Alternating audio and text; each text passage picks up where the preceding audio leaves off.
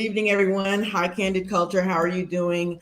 I decided to just go ahead and go live. I had rescheduled it for Monday and then just said, let me just call my guys and see who can make it tonight because I really wanted to talk about this Pickmeshas and the Sugar Bears before Thanksgiving because next week everybody's going to be busy. Everybody's going to be moving around. And I hope whoever can join me can just join me and let's get it started. And let's just have a good time tonight because next week people are going to be busy. So I got Bronzeberg in here. We're going to start with Bronzeberg and then we're going to I know Sean's coming in and David Adekoya is going to be here. So let's get it going. Let's get it going. Bronzeberg, how are you doing? I'm good, enjoying Sunday. How are you? I'm doing great. Thank you so much for joining me. I know it was short notice, but I know next week everybody's going to be kind of, moving around. Dining on that food, you know what I mean? Exactly. So wait, are you vegan, Bronford? Getting into that place pretty much. Okay, because I know you had mentioned it on our private chat a couple weeks ago. So I dabbled in it, like you just said. I dabbled in it a couple. Actually, I'm gonna say at the beginning of the year, and it wasn't horrible. It wasn't. I said I don't know. I was born in the South, raised on the West Coast. I said I don't know if I can do that full force, but I definitely saw some benefits to it. Well, So I said, I think I definitely need to dabble in it more often, I because got there's a lot of options out there. I got too many friends who's alkaline, so it's Mm, like it kind of spread on me.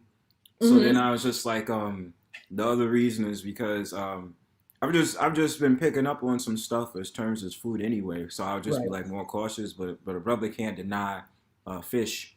I can't deny it. I just can't deny it. No, you're right. I can't deny like salmon and just the different things. Now, when I say I'm from the South, I'm Geechee. I'm from South Carolina, like Oh, born nice, like low, Geechee. it's called the Low Country.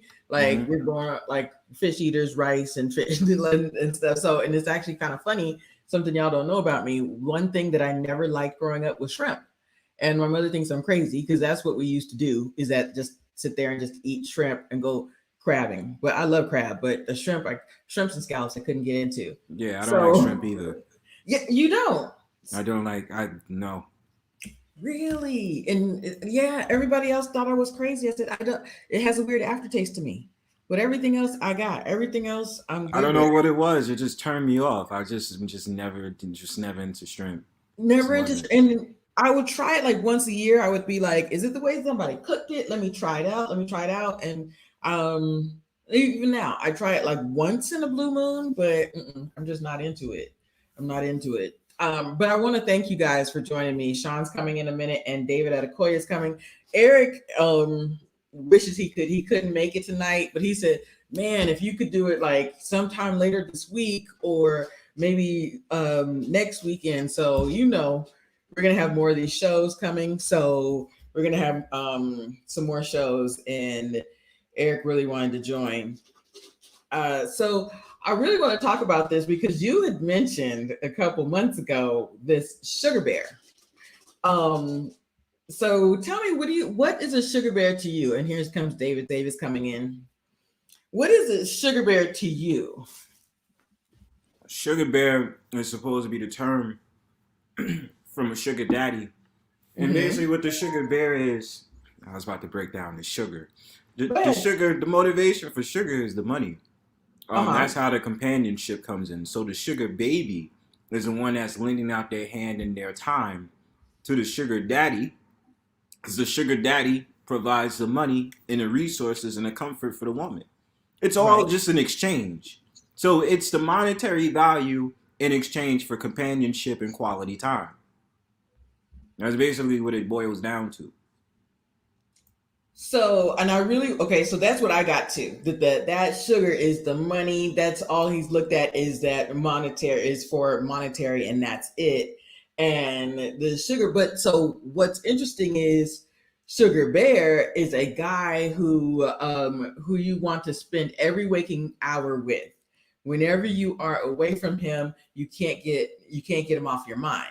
That's what Sugar Bear came up as. But then I know Sugar Daddy is he's the money. A sugar daddy is a boyfriend who comes with financial benefits. Um, the sugar benefactor, just like you just said, the benefactors can help you cover your tuition, your bills, frequently enjoy bestowing gifts upon their partner.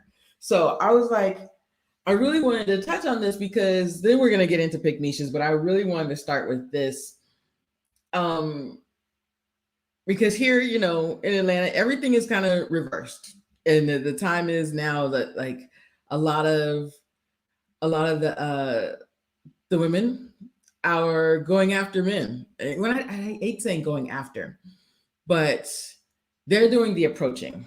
The women are approaching, and um, men like the chase a little bit. They like to let you know that they're interested. And when you're always clamoring or when you're doing all of the approaching, how are they to feel like they're in charge or in control? Do you understand where I'm going with this? Yes. Okay. So that's what's coming off to me. That it's like, how are if the women are doing all of the approaching and they're doing all of the they're doing all the picking, they're doing all of there's no challenge for the men on the other hand, on the other side. Um so hey David, how are you doing? Thank you for joining. David can't hear me. We're gonna keep going until David can hear. Oh, there he is. Hey, David, are Crystal, you? how you doing? Oh, good. Okay, there you are. Sean's gonna be joining any minute, but okay, good. So were you hearing what I was saying? Yeah, I was hearing you about the sugar daddy. I don't Yeah. really get the sugar bear yet, but I'm sure I'll catch up. Hey, shout out to you, Bronzeberg. I see you, bro. Peace, peace, man. What's going on?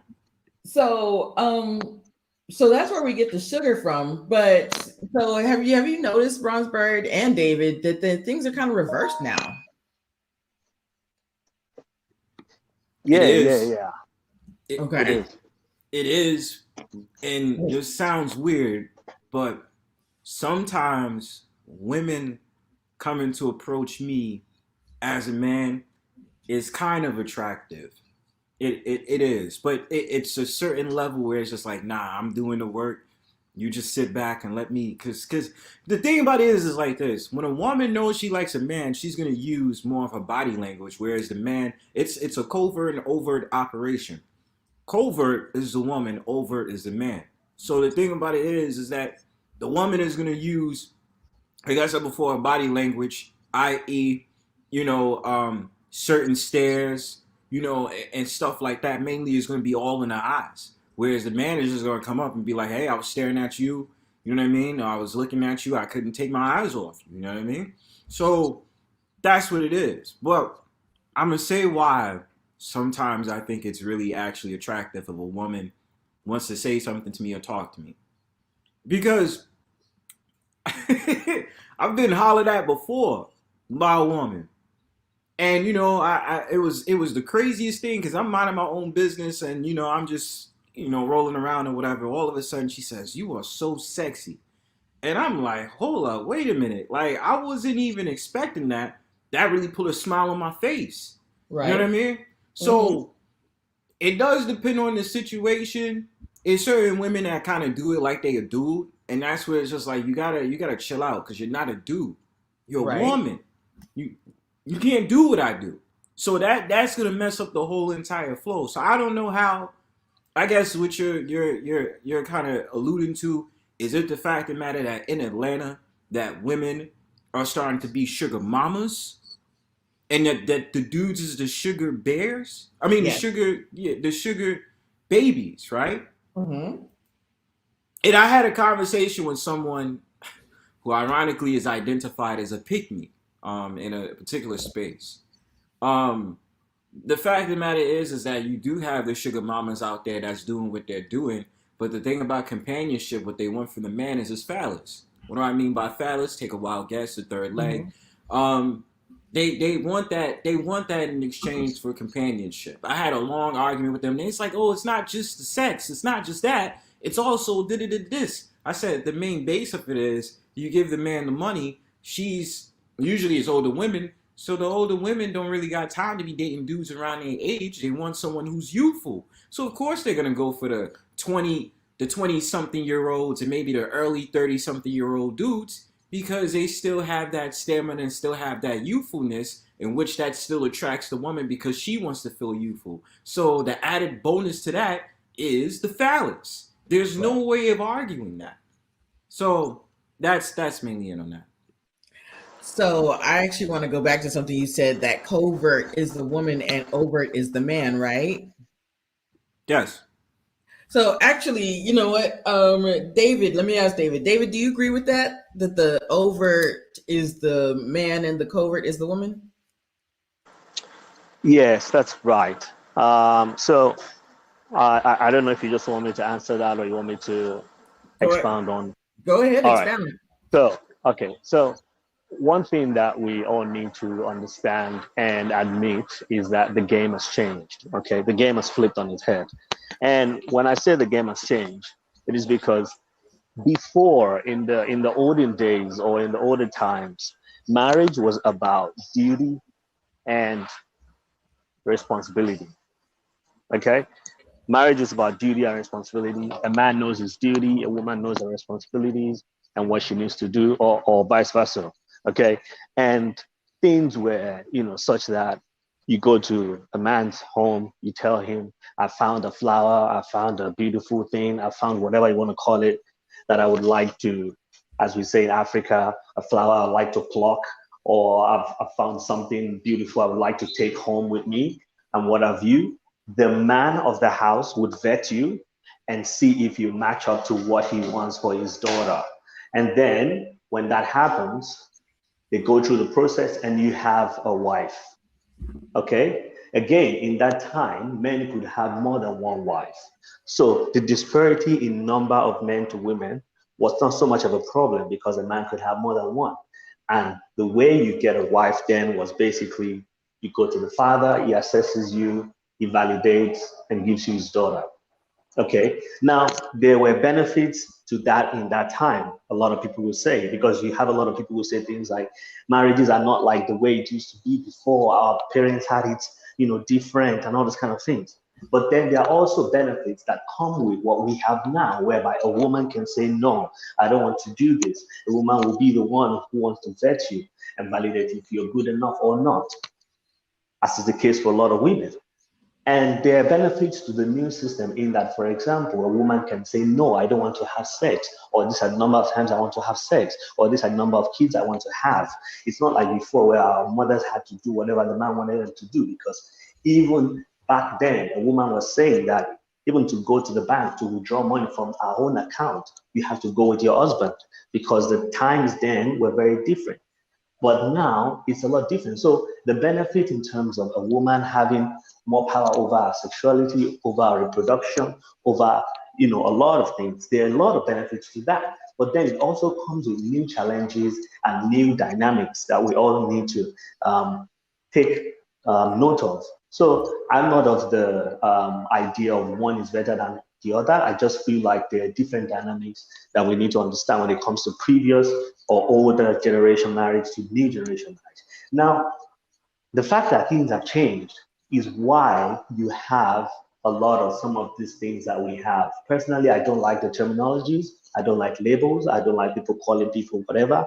That's just my opinion and my perspective on that. And personally, just to go back again, the whole concept of the marriage thing, now that the game has changed and women have the biological clock, women have the time factor coming into play, that brings them to the understanding that, you know what, maybe I have the aces, maybe I have the keys, maybe I hold the power, but maybe I don't, because there are certain factors or certain things that bother me that don't bother the other gender. And even though I'm the one who is getting approached by, maybe I also need to be conscious of how the game is being played, because I might end up being in a position where I lose out on the game. And because of that, They say insanity is doing the same thing over and over again and getting the same result that you don't want. So many women have now figured out, okay, maybe what I've been doing is not working. Maybe I need to change what I'm doing. Maybe the men are looking for men who are women who are like this, who are fit, who are feminine, who are whatever you want to call it. And they begin to say, you know what, maybe I need to listen to what the men are saying they want so that I can get the men that I want.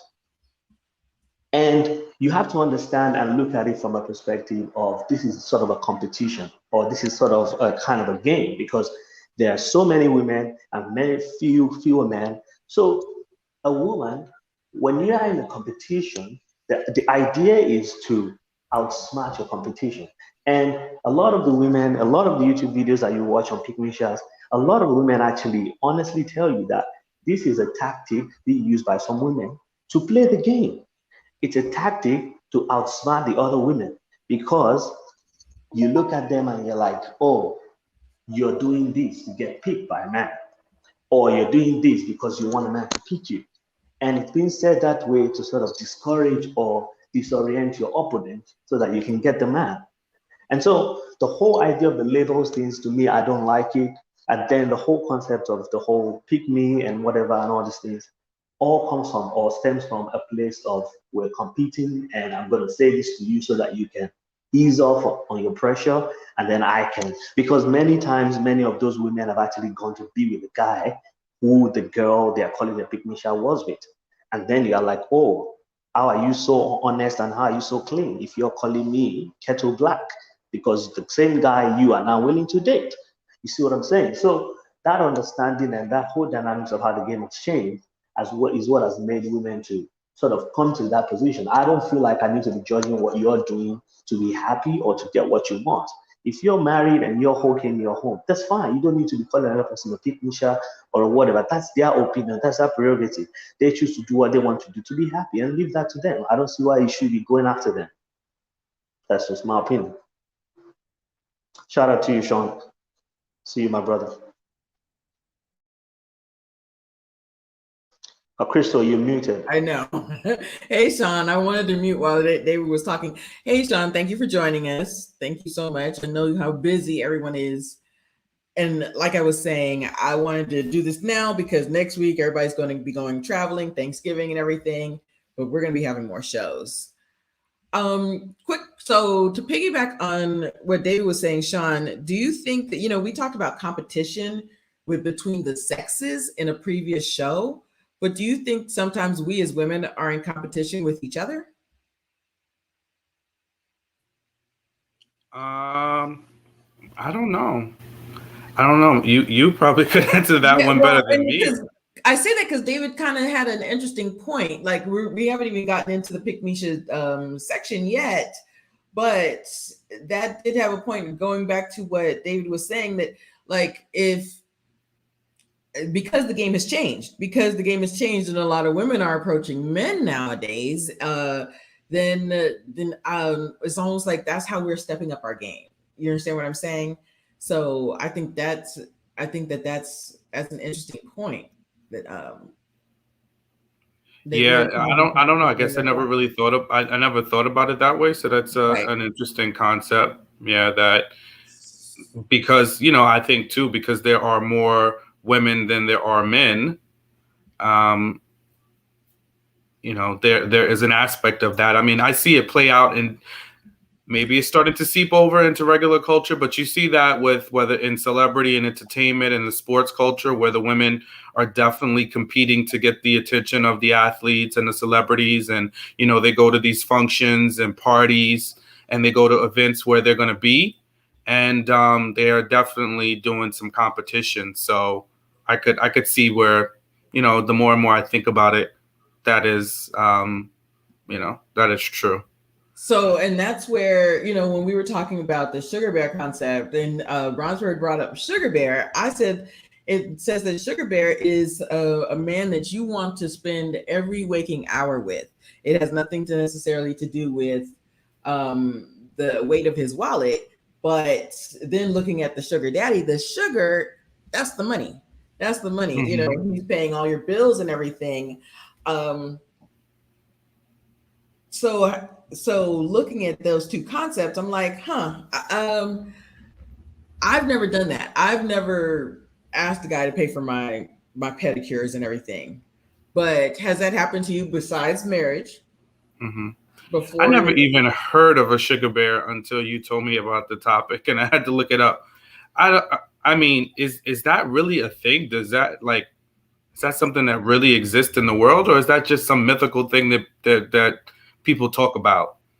Because are there guys out there that are women? I mean, just like I don't know. I've never even heard of it, and even reading the definition, I don't even. It's a lot for me to wrap my mind around if that exists or it's a thing. The sugar daddies, yeah, for sure. I have heard of that. I've seen it.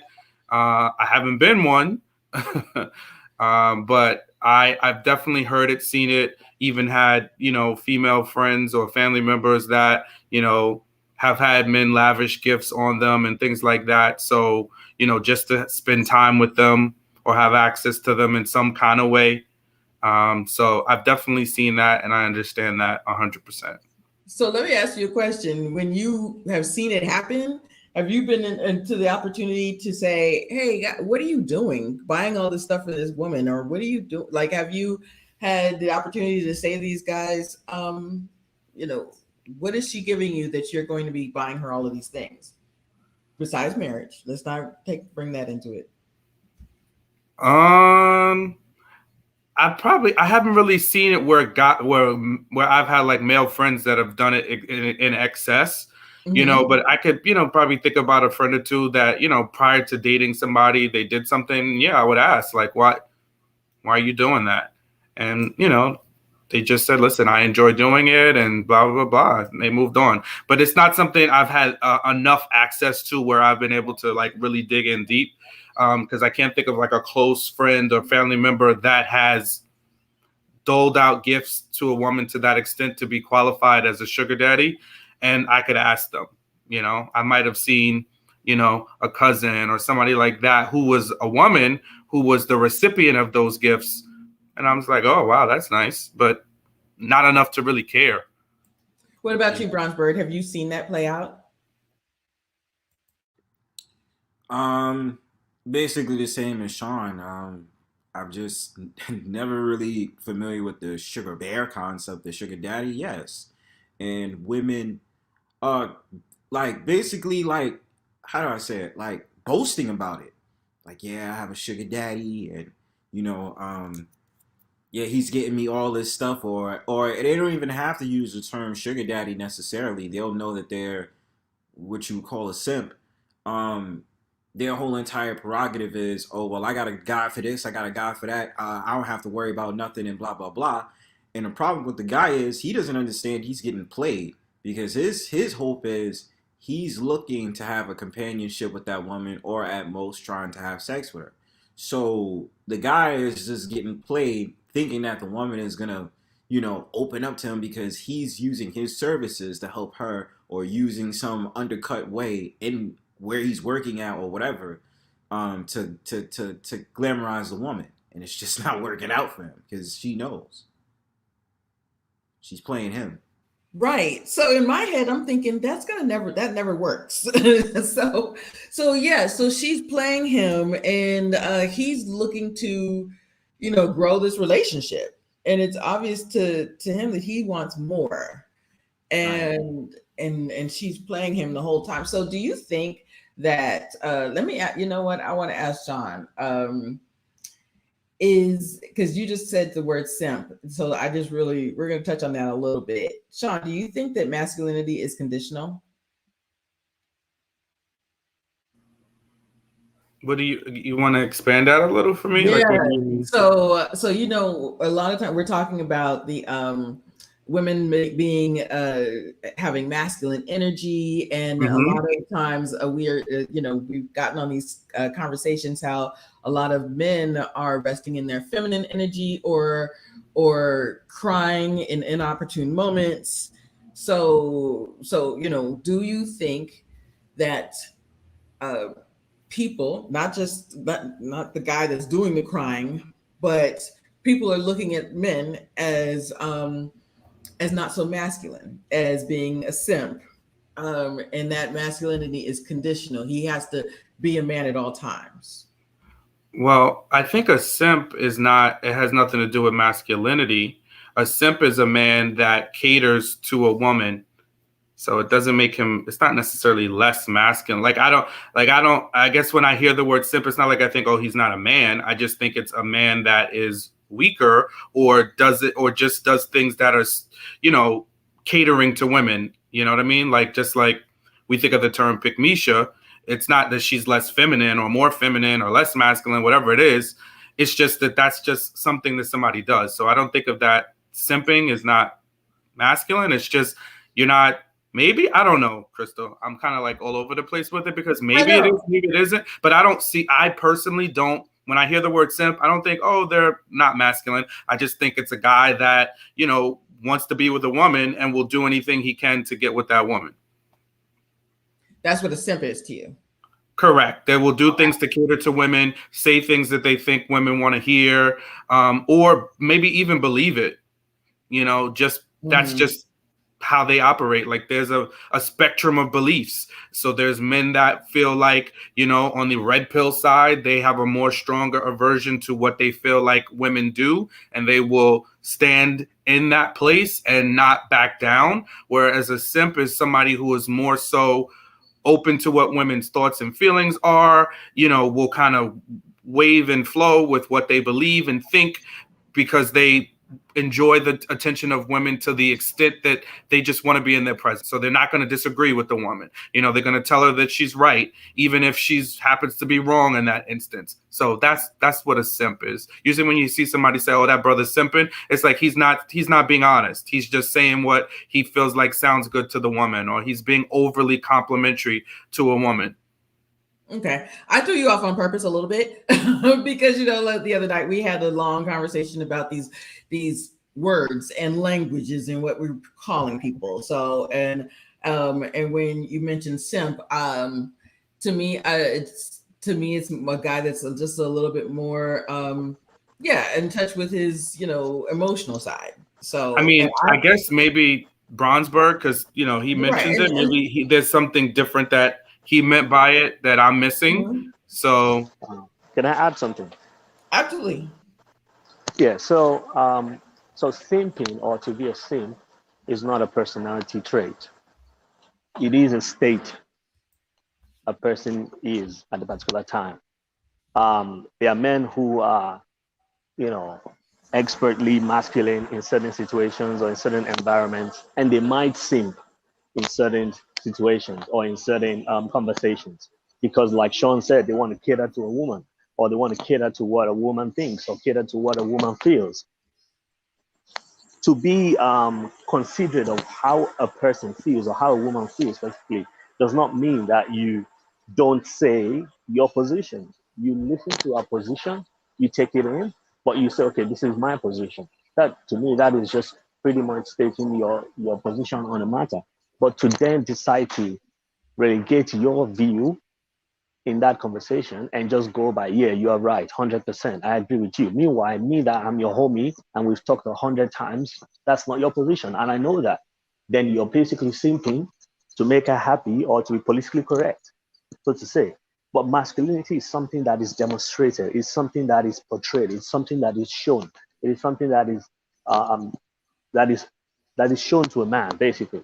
You know, and that's why sometimes they talk about men who grew up in a home where there's no masculine person or there's no masculine figure, and not necessarily like a man in the home, but basically a father figure, a male figure in that boy's life, to show him how a real man should behave, or a real man should act, or how a real man should lead in certain situations. So that's one difference. I just wanted to point out. And the whole thing about sugar daddy, I mean, specifically in Africa, basically started from girls in university or in high school who were, you know, their dad gave them $50 or whatever amount of money per month, but because they wanted to live the high life, they want a man who's older, who's gonna pay for them, or who's gonna make them be able to buy all the expensive things and pop and do all these things. So then they were propositioned by older men. And because generally in the olden days, this old age gap thing was not really a thing until our recent century. Back then, men dated women who were 20 years older than them. It was normal in the olden times. But now we talk about, okay, 5 years difference is okay, 10 years difference is too much, and all those kind of things. So back then, it was a normal thing. So it is still kind of, you can say, almost normal for men to approach women who are younger than them, because that's the thing. Age and youth and beauty is a key thing for men. And that's one of the things that women bring to the social dating platform. When you're talking about being a Christian or how God looks at you or how the constitution looks at you, all that is irrelevant. Everybody, whether you're a single mother, whether you're old, whether you're whatever, we are all equal citizens in the front of the law and in front of God. But when you come to social, basic dating platform or relationship platform, those are the currencies by which you trade. The way a man trades on his financials in terms of sugar daddy is the way a woman trades based on her looks, based on her youth, based on her age, based on her fitness. So when you're talking about that, that's what happens, or that's how basically the whole sugar daddy concept started up. And then the sugar baby or sugar boy or whatever you want to call it started based on women who were married to pretty much very successful men who didn't have time for them, were not invested in them. They were probably very big as well and not so attractive to those men. And they didn't have that companionship. They didn't have that love. He didn't spend time with them. They were not having enough sex and whatever you want to call it. And so they found a younger guy who was invested in them. And because that guy is probably also in high school or uni trying to make it, he doesn't have money, but this woman is going to support him and splurge for him. And all he needs to do is please her sexually and whatever. He doesn't mind. He's happy to do that. And he does that. She pays him or gives him money. And he makes her happy sexually. And they have that kind of relationship for as long as they want to keep it going. So that's sort of like my own concept or my own understanding of it, at least based on from how I grew up and how I understood it.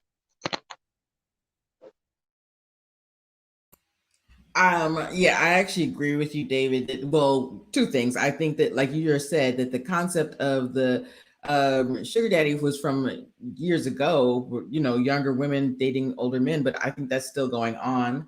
But for going back to what Bronzeberg was saying, that it just doesn't work out for them. And Bronzeberg kind of wants you to touch on that again, because that's still happening. And we're talking about the modernized woman, the modern day woman. It's kind of conditional. Like oh yes, I will cater to my man, but it's conditional. So yeah. So do you think that it's more conditional now that a woman is catering to a man? Yes. I think the problem is that women in a certain caliber have the freedom to kind of just act on whatever it is that they want. It's hard for me to. It's not hard for me to say it, but it just seems as if that's how it goes, because now now it becomes this conversation like, oh well, I rested in my femininity, and what is femininity? And then you have these femininity coaches, and I'm like, well, how do you like, femininity is an innate thing. Well, women know what their femininity is, just like men know what their masculinity is. Why do you never see men have a masculine coach? So the whole entire thing about being conditioned, I guess, because the whole entire family dynamic is broken, therefore the relationship and dynamics between a wife and a husband is broken as well. So they don't really know what it's going to really be like to have that condition where she's being feminine to a man. What is It's like teaching someone something new. It's a concept you should know, but it's like new to them. They're like, wait a minute. How do I be feminine to my man? Oh, I gotta cook for him, but I had a long day at work.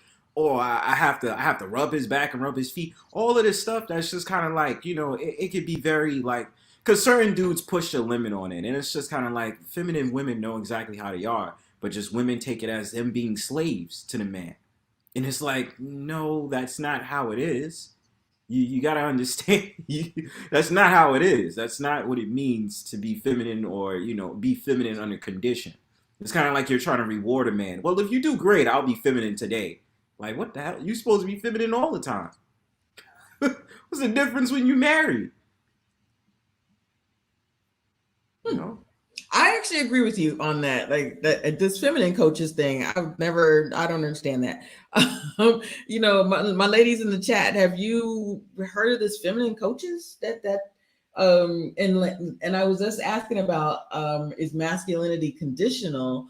I definitely don't think that a woman's femininity is conditional. I do think that, we're, you know, carrying higher ranking as far as in corporate in businesses, but and a lot of women are single mothers and certain things, so they have to um be the mother and the father sometimes, but that's not of their own fault. So it may be perceived as masculine, but I don't think that that's that they're purposefully being masculine uh, to their detriment. Yeah, I've never heard of that feature SLP. That's a new one. Okay, thank you. I'm not crazy. I was like, a feminine coach. No, I don't need a feminine coach. So let's get into these Pickmeshas.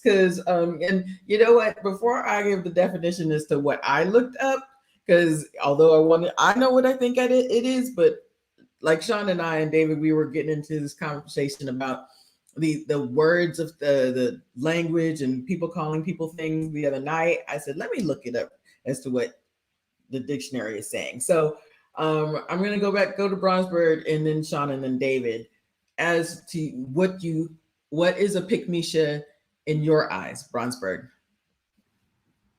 Pick me is a pejorative by women. The competitive thing of kind of demoralizing women who have no problem sitting up there saying they want to do for their man. It's creating a whole entire atmosphere to kind of just look down on women who say, look out for your man. This is what we do, and blah blah blah. I want to be there for him. I want to support him, and blah blah blah blah. That's the main thing of her Pickmesha, because I don't know who it started from. I mean, I believe it started from so-called black women because they usually have a conversation on this, right? You know how we talked last time, they was calling us Dusties, right? And then from that, when the so-called Dusties went ahead and said that they want a feminine woman and they want a woman to do this, that, and the third, and then you had the women that believe in the same thing that they believe in, they get called Pickmeshas and Pickmes. Because when you break down what a Pickmesha is, or a Pickme, it's supposed to mean like, oh, you're trying so hard to be picked and blase, blase, blah. But I mean, that's the obvious point of wanting to get into a relationship, because you wanted to get picked by someone. So it's contradictory to make fun of someone who wants to get picked when your ass want to get picked too. You want to have your cake and eat it too. You want to be able to choose the man, but it's supposed to be the other way around, or these are my rules and the man has to abide by it. So it's a pejorative. It's a way to demean women that agree with the men, and they believe that they should cater to their man or do something nice for their man. Sean, what do you think of that, Pickmesha? Yeah, I would say the same thing.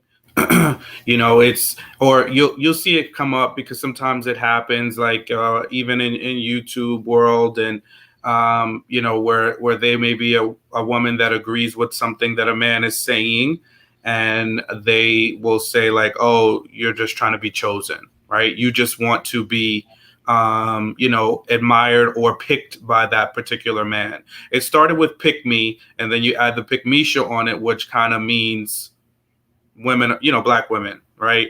And then even as I Googled it a little more, there's there's pick me bonitas and all this other stuff. I mean, I don't look. I mean, I'm sure there are, just like on both sides of the house, like there's people that choose to use the word simp. Personally, I don't use those words. I try to avoid using them because they really just, and this is something, like I said, that I've come to. Like, I feel like words and certain words are just set up to divide us even further than we're already divided. So if we're trying to call out somebody, my preference is call out whatever you feel like they're doing. Are we going to do that all the time? No. But I think that's just my preference. But long story short, a Pickmesha is just somebody that goes around. She may cap for the man. She might feel even he's wrong, but just in order to get that attention, she's going to say everything she needs to say or do whatever she needs to do to get that man's attention and to be chosen by him. Almost like a groupie, like a groupie will do at a, hide out in a locker room, dress up nice, go to clubs to get a man's attention, right? So same thing, pick me just plays out in real world senses in everyday life.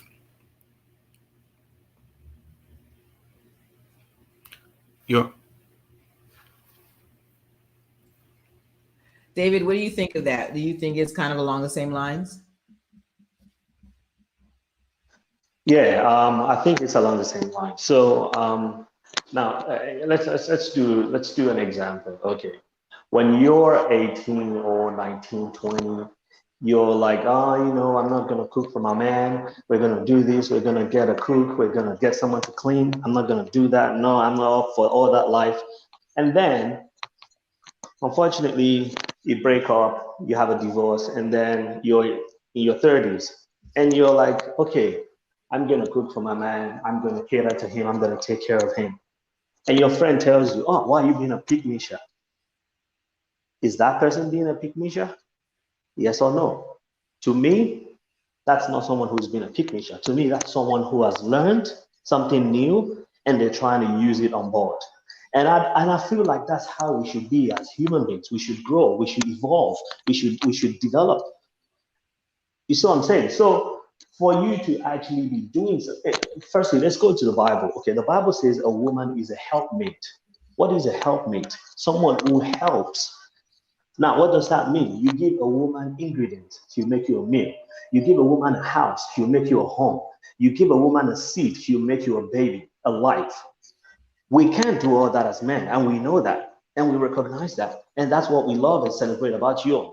And that's why we want you guys. So that's your position, that's your role, that's your place, right from the creator and the originator of life. And when you respect and understand that, and you do that, I don't think you're being a Pickmesha. Someone can say you are, but I don't think you are. So trying to work with a man, trying to be that helpmate of a man is not being a Pickmesha. It's just somebody trying to use a word to degrade you or belittle you because you're doing what you're doing to get the outcome that you want. Now, very good contrary example is you made your decision that, you know what, this is how I'm going to live my life. I'm not going to be sleeping with every Joe Blow and whatever you call it. I'm going to live my life and dating in this kind of way. And then you decide that, okay, because you want to land this brother, you're going to sleep with him. You're going to lose all your standards. You're going to lose what you believe as how things should be done. Now, if someone tells you you're a Pickmesha, well, your action is suggesting, like Sean said, to be a Pickmesha. Your behavior is suggesting to be what? You're trying to cater to that person to get picked by them. You see what I'm saying? Now, if you understand your role in creation, if you understand your role in marriage as set out by the Creator, if you understand the position that you are supposed to be, I don't think you're being a Pickmesha in that concept. Now, you give an example. A man makes $45,000 and a woman makes $90,000, whatever you want to call it, $120,000, and then you want to be with him, and the guy you were with before was $150,000. Okay, and now you're happy to be with this guy who makes $60,000, and your friend says, "Oh, why are you being a Pickmesha? You just want to get picked. That's why you're doing this." Again, I go back to what I said before. I don't see a reason why I should be judging what someone is doing to get their outcome or get their happiness. You see what I'm saying? So this whole concept of trying to put someone down because of what they're doing to find happiness, to find what they want, I think is crazy. Now, if a woman's making $400,000 and she's trying to settle down with a $45,000 man, I think there's something that needs to be said about that. Okay, and again, I said this before on a previous live. One of the most important games that I like that they play on Family and Fiance is called reality check. And reality check simply means having a woman understand what her roles, what her activities, what reality, or what possible scenarios might be in a marriage, and putting that to her and hearing what she says and hearing how she feels. For example, a woman was in that situation on that show, and they told the lady, when you make this amount of money and you get it at the end of the month, what if your husband says, let's put this amount of money into this instead of this? And a response, a attitude, a body language, the way she reacted was like totally opposite that. And our mom was like, okay, now I'm telling you, this is a reality of what you might face when you get married to him in this situation. And another game that they play with a man is called 5-year plan. 5-year plan means what? The guy comes out and shows his 5-year plan, how he wants to get from where he is to where he's going. Now, you don't just have someone write a 5-year plan and spill it out to you without them doing nothing about you. Okay? Now, you write a 5-year plan. Where are you on that plan, brother? Have you started working on that plan? What are you doing on that plan? How are we getting from there? Is it a well clear plan? Is it a smart plan? Is it precise? Is it timely? Is it so you want to know that? You see what I'm saying? So just my position is basically like that. You know, I feel like the whole concept of Pickmesha or whatever, if you understand your position and your role in the whole concept of dating, marriage as created by the creator, I don't see how you're saying Pickmesha. Like Bronzeberg said, you want to get picked. So you should be in a position to get picked. So I'm saying, so I'll leave it there. So I agree with you. It's so interesting. Brownsburg and David, you guys are really on along the same lines. And these words, it's demeaning, and it's so funny. It's used to be thirsty, now it's a pick me shit. And so if I am, go out and I'm dressed nice and I have a conversation with a guy for more than an hour, oh, she's thirsty, or oh, she's a pick me shit. And the funny thing is, so I looked it up. And it's basically exactly what Bronzeberg said: a woman who devalues a low maintenance, not a woman who, a low maintenance woman who devalues women by doing the following: going 50-50 with him under the guise of building him, allowing a man to build on her by getting his money up while giving her low return on his investment, paying for dates. So a woman who pays for a date, giving him money to keep him. So if I give a man money to keep him, letting him borrow her car while she's at work. The funny thing is, I wouldn't do any of these things. Allowing him to be comfortable and content while while he seeks the women he wants. Thinking it's okay for him to be a grown man still living with his mother, but thinking he's going to get himself right, like constantly building on him, constantly trying to build him up. That's a pick me shit. Except for that part, I would do that. But like letting a man borrow my car, I wouldn't do that. I just wouldn't. Unless I was, unless we were in a serious relationship. But like paying for dinner, a lot of those things. But it's almost like, it's a devaluing. It's making, so if I were out dating a man, oh, well, she's thirsty. And it's almost like I feel like what you were saying earlier about is that inner competition within the Black community.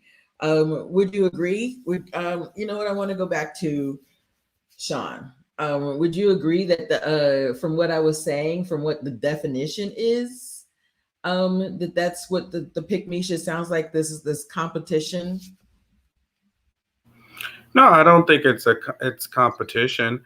I feel like it's a woman that operates in that space and feels that it's the right thing to do.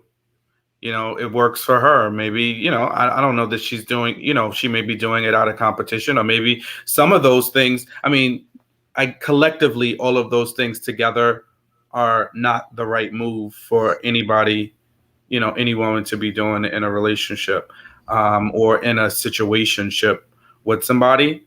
But independently, maybe women just, there's women out there that, will spend their money on a man because they have it. Doesn't make it right, or, but that's what she wants to do. So me and what I feel like is the term is rooted in a way to minimalize any woman, and how I see it used most often is not in these terms, where it's a woman who's overly spending on a man and all this other stuff, or making poor decisions like letting him use her car, or not putting him in a position to be in a relationship, but allowing him to be with other women while she sits on the sidelines. The most of the time I see it is the minute there's a woman that agrees with the position that a man has, whether it's in a public or private setting, it's like, oh, you're just a pick me. That's how I see it used. And it's used to pretty much diminish that woman's opinion because it is benefiting a man. So anytime a man is saying something, like let's say this conversation we're having right now, and you agreed with me, Bronzeberg, and David, there would be some women on the other side who disagreed with you and us and would say, oh, Crystal's just being a pick me. She's just being a pick me because she has all these men up here on her platform. They're talking about men's issues. She's agreeing with them sometimes, and she's just trying to get chose out here. So that's how I see it used most often. Those other things that you've mentioned, I don't really hear those. Sometimes I think they just say women are silly, stupid, less than smart when they make decisions like that. That's how I've heard those women be referred to. But the pick me and the Pickmesha is usually when they don't want you to elevate what a man is saying, so they diminish you and your opinion because they make it about you just trying to be chosen by that man versus you just being aligned with him and being in agreement with something that he shared. So, okay, let me ask you, Bronze. Okay, so that's an interesting point that you just had, Sean. Let me ask you a question, Bronzeberg. Would you find it emasculating if a woman first date, she paid for dinner?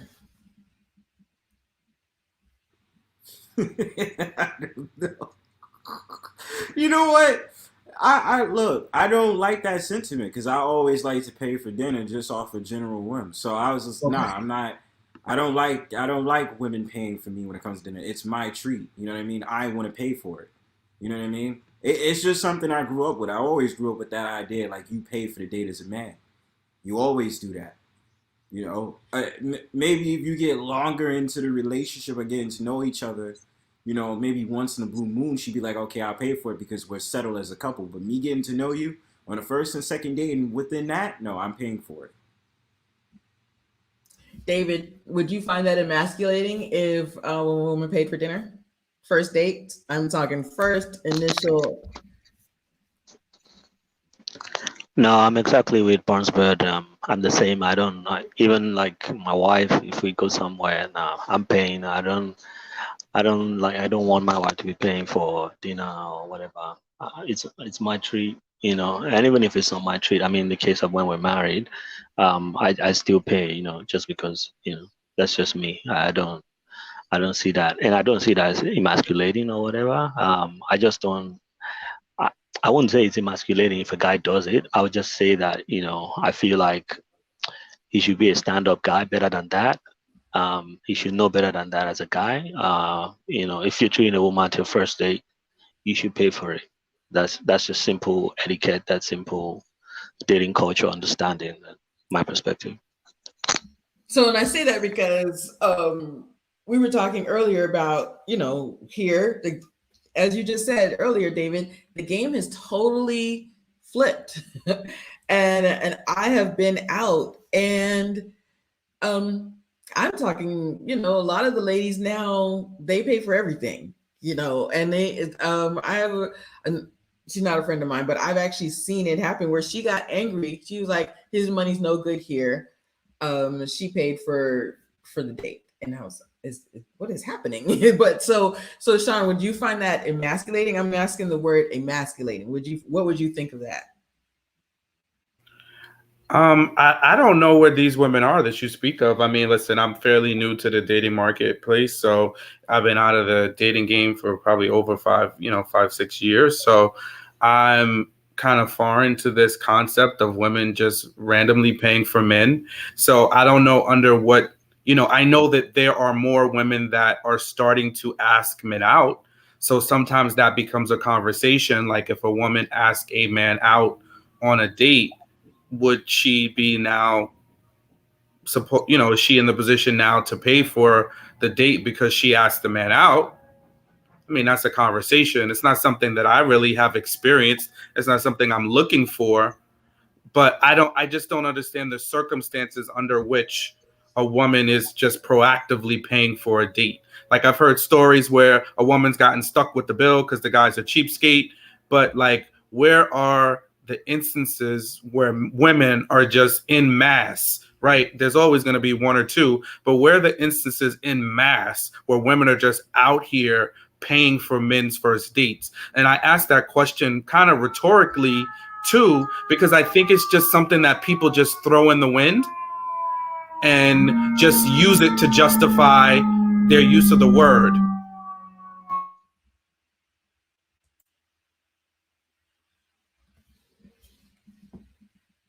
Oh, they're here. I didn't know if I was on mute. Sorry. And then I heard the sirens. So I was like, well, let me wait till that dies down. Oh no, they're here. They're definitely out there, and um, like David said, the game is totally reversed. So Yeah, can I add something to that? yes. Yeah, so I was gonna say, so as a guy, if I'm single and I find that a woman is interested in me and likes me, um, before we even get to the first date, we're gonna talk on the phone. We're gonna, talk on social media. I'm gonna see her pictures. I'm gonna get to know who she is before we even go on the first date. So if I'm not interested, you can bet me I'm not gonna entertain any first date because I'm not trying to eat for cheap. No, I'm not trying to do that. So the point I'm making is if you're not interested in the woman or you don't want to, see it go somewhere, there's no need asking her to go on a date with you and she pays. You see my problem. So I'm not gonna do that in the first place. If I'm interested, yeah, okay, I'm gonna give you an audience, and then we'll go somewhere and talk and whatever. And okay, you're the one who's calling the first date, and you want to pay. Okay, I can get that. But yeah, it's just not my thing. So David, you were speaking earlier. Jay's just asking you a question. You were speaking on money differences between man and woman, and if Yeah, I heard correctly, you yeah, said, I was just gonna reply her yeah. actually. Go ahead. Go ahead. Yeah. So what I'm saying is, I'm not saying it's a problem if a woman makes more than a man. I don't say it's a problem. My point I'm saying is there needs to be a conversation with that woman so that she understands what she's getting into.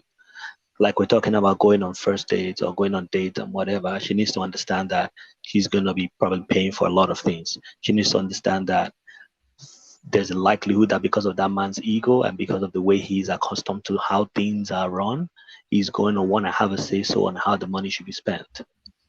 He's going to want to have a say so on, okay, let's invest money here, let's invest money there. And because he will probably come from a concept of, okay, we're married, everything we have is one, we are one. Your student loans from all the degrees that you have is all under my name as well. So we're one. We're coming together to put things together. And so based on that, I'm going to have a say so on how the money is going to be spent. And some women don't actually know that because they're making the decision to be with that guy based off of the fact that I'm losing time. I need to have a baby. I need to have a family. I need to settle down. I like him. He's good. He's faithful. It's only the money that's the issue. And that's okay. That's okay. But you just need to have a reality check of understanding that this is how the dynamics of things will play out when you get married. And if you get that understanding of it and you're okay with that, then that's fine.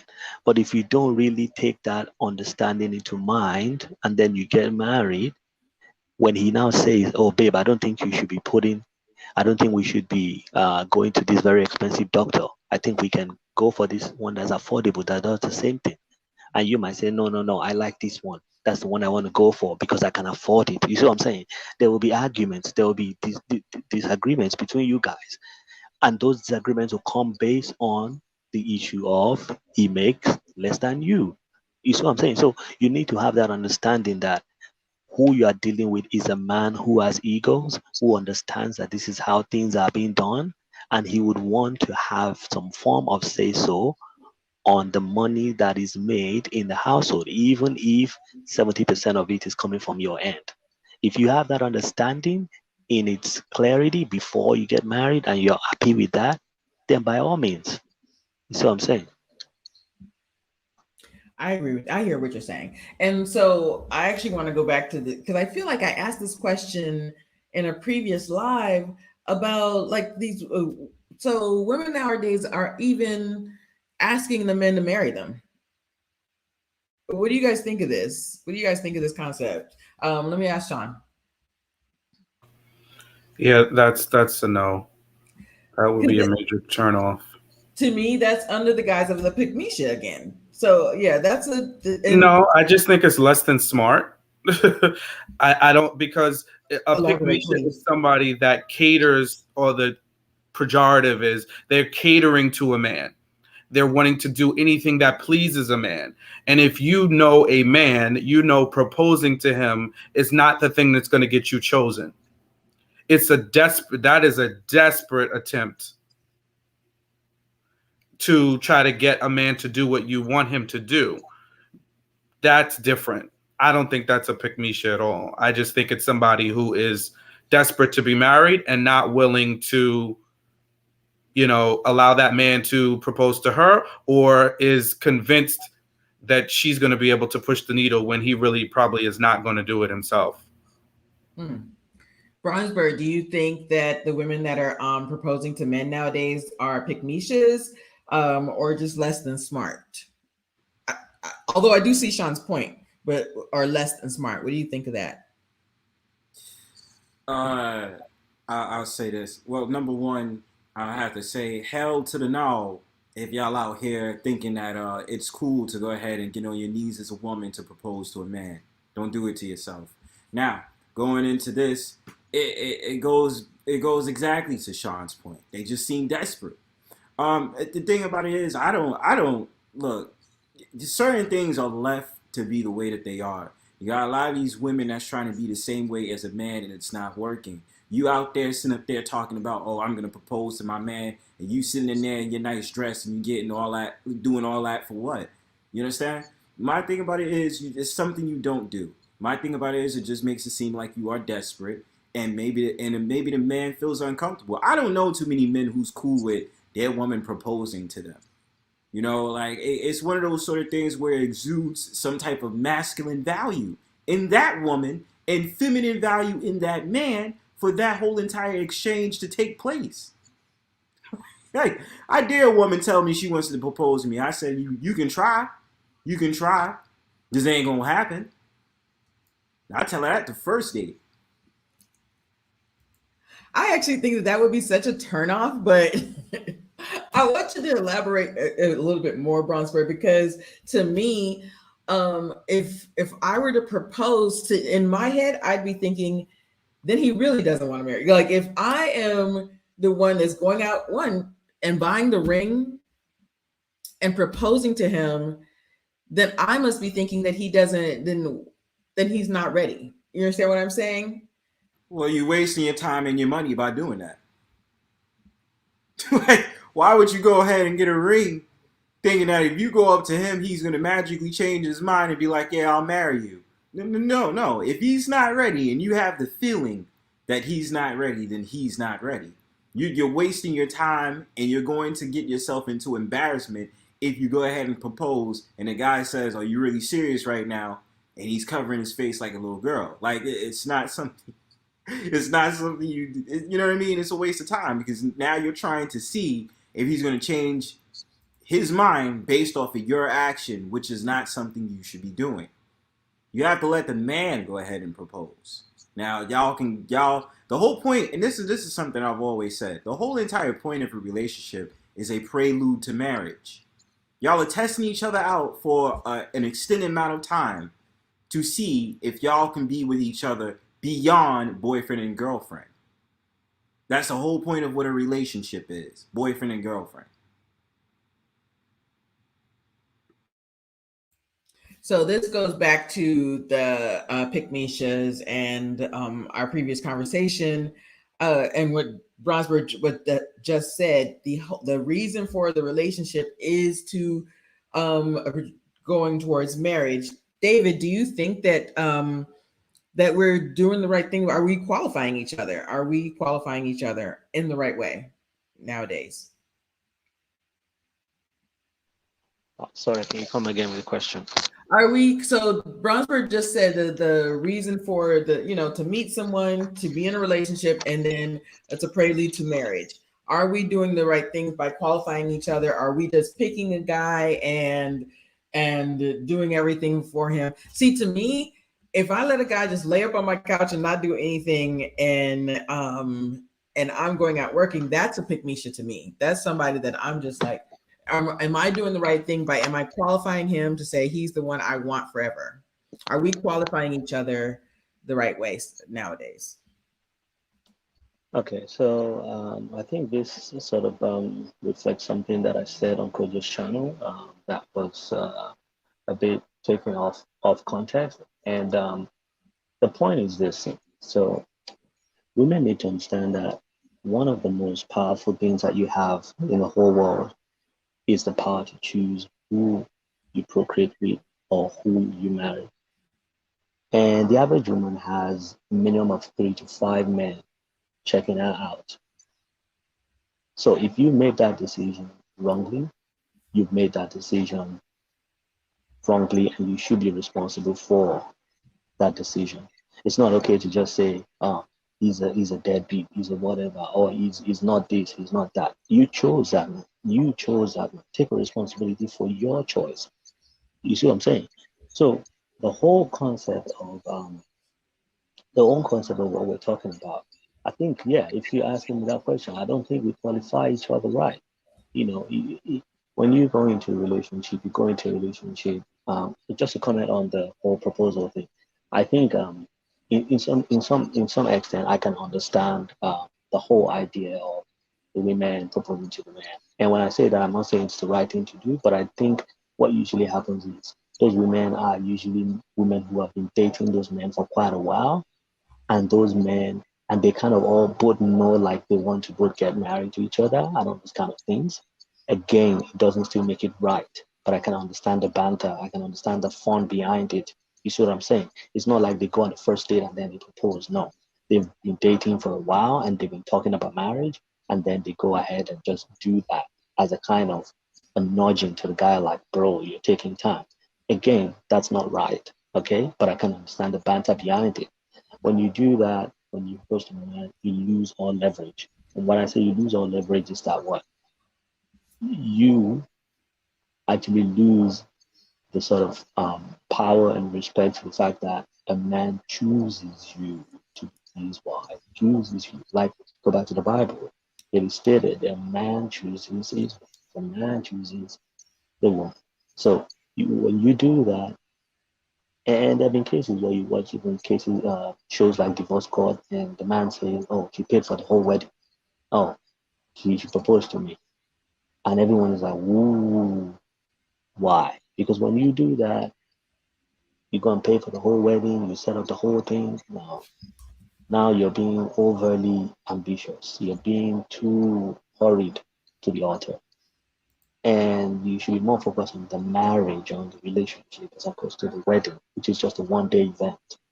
So that whole concept of you going to ask, I don't agree with that. I don't think that's the way it should be. And Bronzeberg is spot on. You should have a relationship, develop over time, get to know each other, grow, and then get to the point where you're willing to get married. But of course, like I said before, previous life, you're dating someone, you want to come right off the bat, saying what you're looking for. You want to come off the And that's one thing I like, when I listen to some of the YouTube channels when women talk or men talk, they always ask each other, they always say, what's your outcome? What are you looking for? Are you looking to get married? Because you want to come up with your outcome or what is it you're looking for, straight up point. This is what I'm looking for, this is how I want, this is what I'm looking for in the relationship, and all those kind of things. And you walk through that and you see how things go.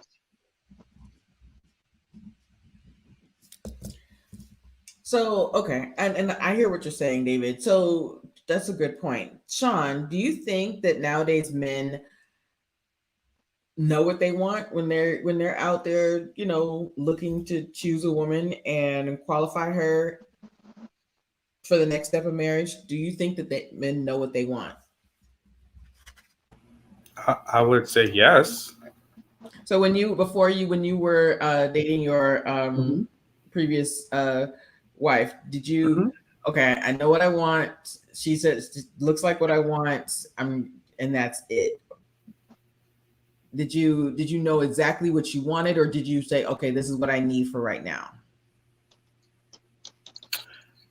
I mean, I don't know if I mean, you can obviously look back in retrospect and see, like, oh, did I consider this? But I think, we are definitive. Like, there's just certain things that are important to us, that in general we think about, whether it's, I want her to, be somebody that knows how to take care of their home. I want her to be somebody that's supportive and somebody that's loving, somebody that is respectful, those things, somebody that's family minded, passionate.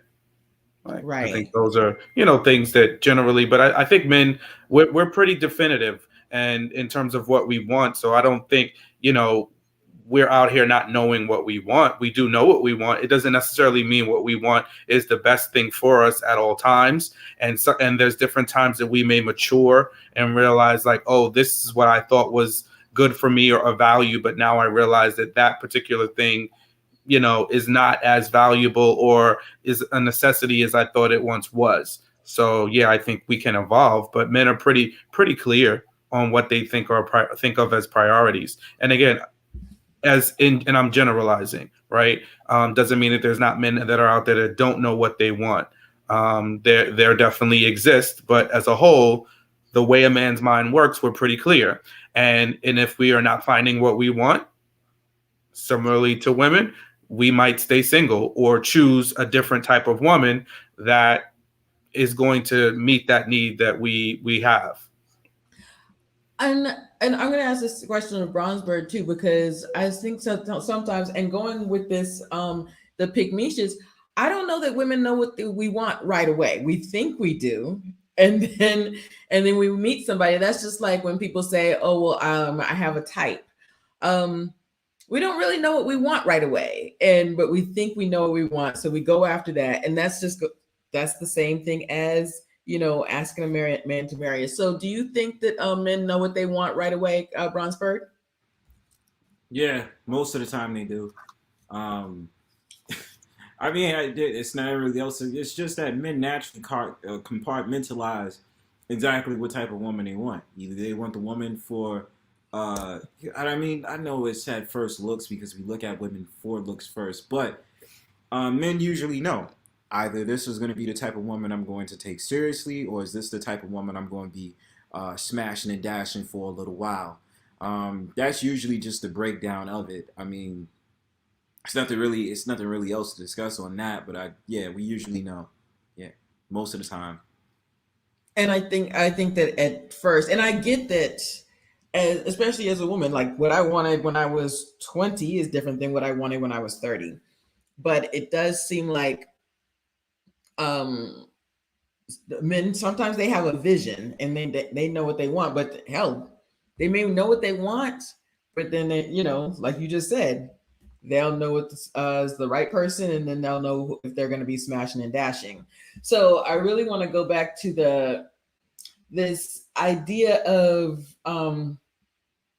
that's why I brought these specific gentlemen on a lot of times, because we have the other type of shows that we have a lot of women that are breaking down the black men specifically, and like breaking down men in general. But there are some men out there, ladies, that are not like that don't want you to pay for a date, that's not your role, if you are in a relationship. So I want to go back to my previous question. Um if she wanted to be paying for things, would you lose respect for her? Let me ask David. Are we married?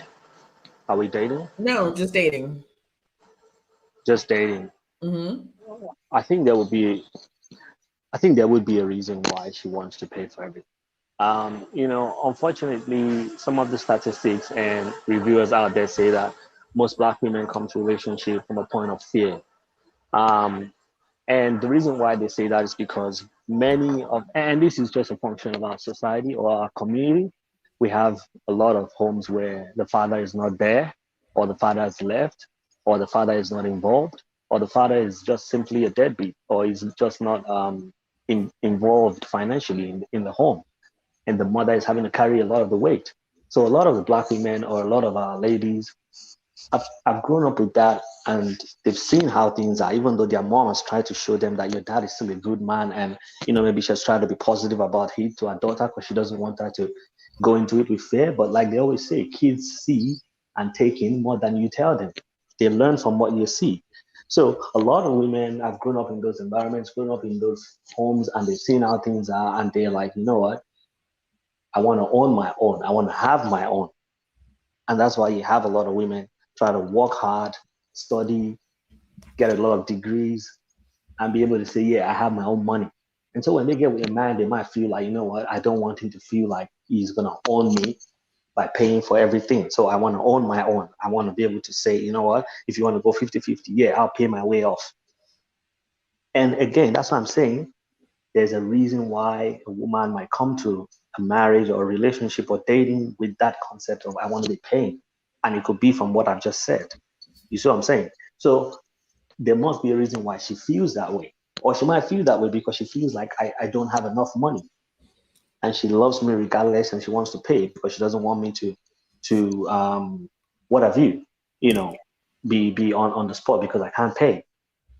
I know of a guy who his wife made more than him or whatever, and when they're going for a date, he always pays because somehow she gives him the money to pay. Because oftentimes when the waiter comes, they look at the man and say, "This is the bill," and he doesn't want to. She doesn't want to make him feel embarrassed, so she's like gives him the money and he pays, and it kind of looks like he's the one who paid for it, but she paid for it. See what I'm saying? So if I'm in a relationship with a woman and she feels like she has to pay, again, there must be a reason why. And if there's a reason why, then we need to talk about the reason why and address it. That's how I see it. Okay. So I have one last question, Sean. I want to go to Grace's greatness question, and then, gentlemen, I have one last question for you.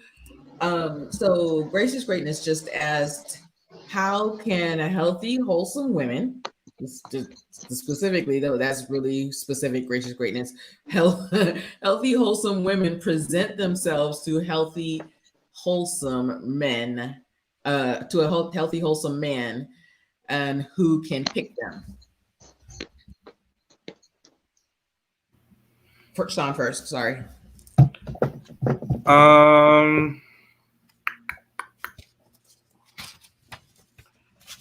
Well, I don't prescribe to the Pickmesha mentality.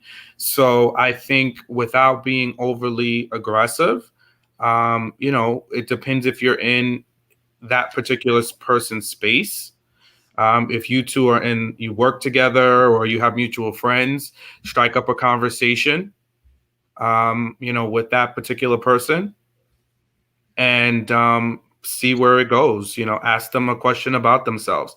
Conversation goes a long way, and you will get to know if you've already seen that particular man that you might be interested in. You can have that. You can start there and allow the man to follow suit and express interest. Or if it's somebody that you've seen across social media, and thanks, Seaway, for that. if you've seen them across social media, then you can reach out to them via social media. And again, wherever you've seen them or however you came to them, you start a conversation, right? And spark up a conversation that way, and then see where it goes. Is there a response? What's the banter like? Don't be too forward, because you're going to put yourself in one or two different categories. One to either be rejected if he's not interested, or one for him to think there's a think that you're looking to get something, right? Or you're looking just for potentially sex. So don't be too forward in your intentions, is what I would say. But it's okay to strike a conversation with a man. I don't want women to think like, oh, I just have to sit in the corner and cower if I see a man that I'm interested in, because we also, I don't want to speak for every man, but I think men like to know that if a woman is interested and there's some mutual interest, we want to know. So there's nothing wrong with expressing that and seeing where it goes. Okay, David, same with you. How do you think that we can uh, be picked by a man? And then I'm going to go to Bronzeberg, but I think that Bronzeberg touched on this a little earlier. Go ahead, David. What expound on that question? So basically, how can a single woman be picked by a man? Yeah, the wholesome, healthy, as we just said earlier. Wholesome. Sorry, Healthy I didn't get. woman be picked by a wholesome, healthy man. Oh, okay. Well, I think the first thing you need to ask yourself is, what's your outcome? What are you looking for? Everyone is at different stages in life. If you're looking to get married, okay, fine. That's what you're looking for. Okay, then you need to ask yourself, what kind of a man are you looking for? And then when you find out, okay, you know what kind of man you're looking for, then all you need to do is just make yourself open to be found. Make yourself available to be found. Like I always say, you can't be found sitting in your room doing YouTube or whatever, or just no. I'm not trying to diss you, Crystal. I'm just saying. No, I'm just saying. We meet people basically from our interactions, places we go to, things we get involved with, on the job and things like that, and just being a wholesome person yourself. Be a nice person, be cordial. Be respectful. Be fun to be around. Because the truth is, fun people are looking for fun people to hang around with. If you're not fun, no one wants to hang around you. It's just the truth. So if you're being respectful, if you're being fun, if you're being cautious, a smile doesn't hurt anyone. It doesn't mean you want to be, with that man. It just means that you're just being nice. It's just a nice thing to do. So, and I think, when you're just that way, it often comes up with a reflection of being open, as opposed to, you're so kind of stuck up. You always want to, hang around the married people. You don't want to hang around with people, or if you're in a workplace, they're having cake to celebrate birthday for people born in November. It's nothing bad in going to such a gathering and just getting involved with people. Hi everyone. And that just shows your interaction, your social skills. As you show that, as you express that, as you know exude that, a man sees you that, okay, yeah, this is an available person.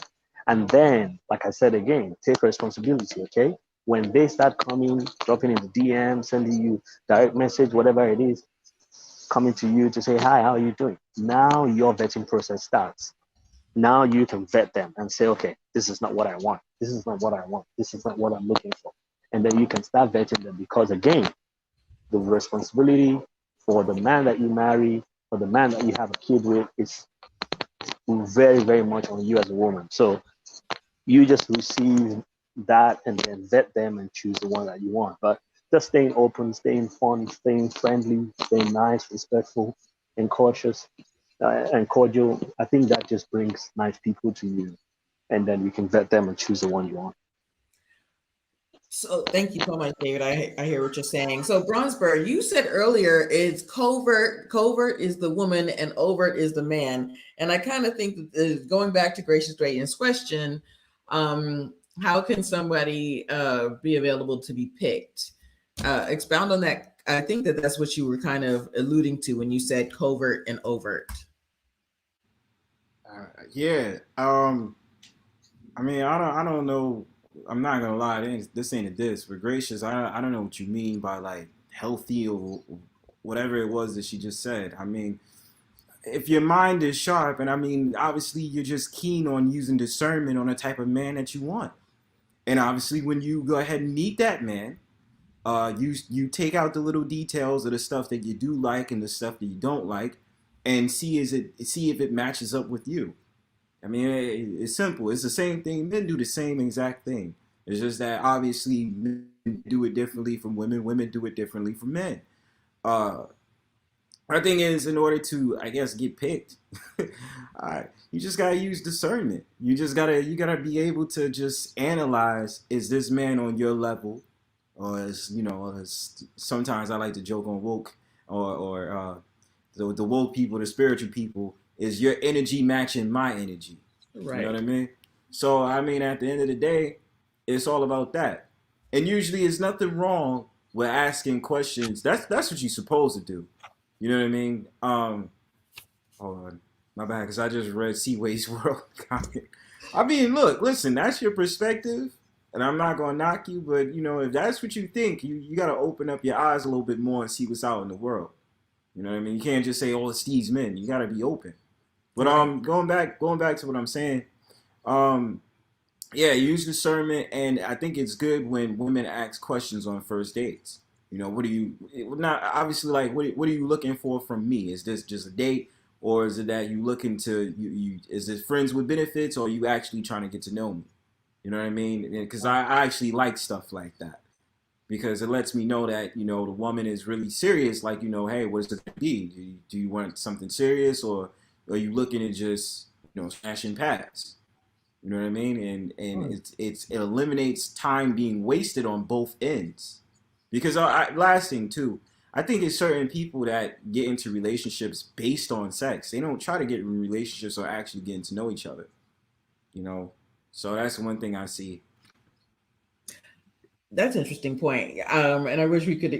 We'll expound on that the next time. I know that Sean's got to go, and so does David. But last thing, Sean does men's panels with Kojo, and I know that Bronzeberg, he has a different type of show sometimes, and he does. Last week he did International Men's Day. So last question is totally separate from what we were talking about, you guys. Sometimes I do that, as y'all know. So, men, how important is it for you guys, for you gentlemen, to reach out to and counsel and mentor other Black men?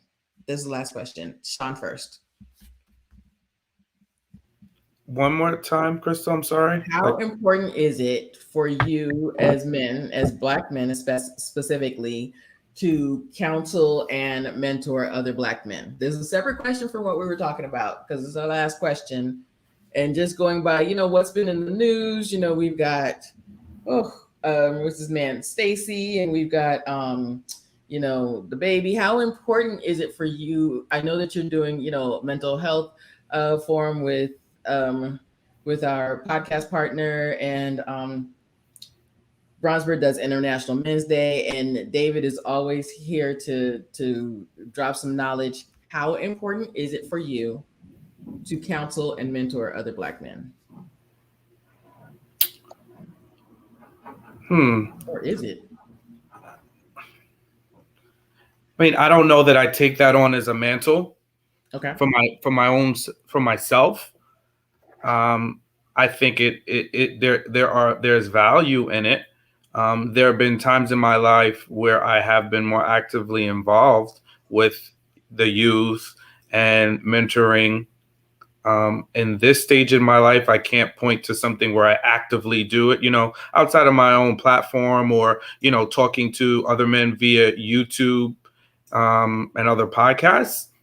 I mean, yes, by direct connection, am I benefiting them in an extent?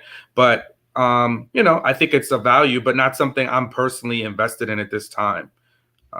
If that makes sense. Mm-hmm. What about you, David? Do you think that it's important to counsel and mentor men, especially other Black men? Well, I don't think I'll take, like Sean said, I don't think I'll necessarily take that because I myself am a man who's getting counseled and mentored by other men. And when I say that, I mean that I'm still learning and growing every day. So I've been married. I'm married for about two 2 years and have a son and all that.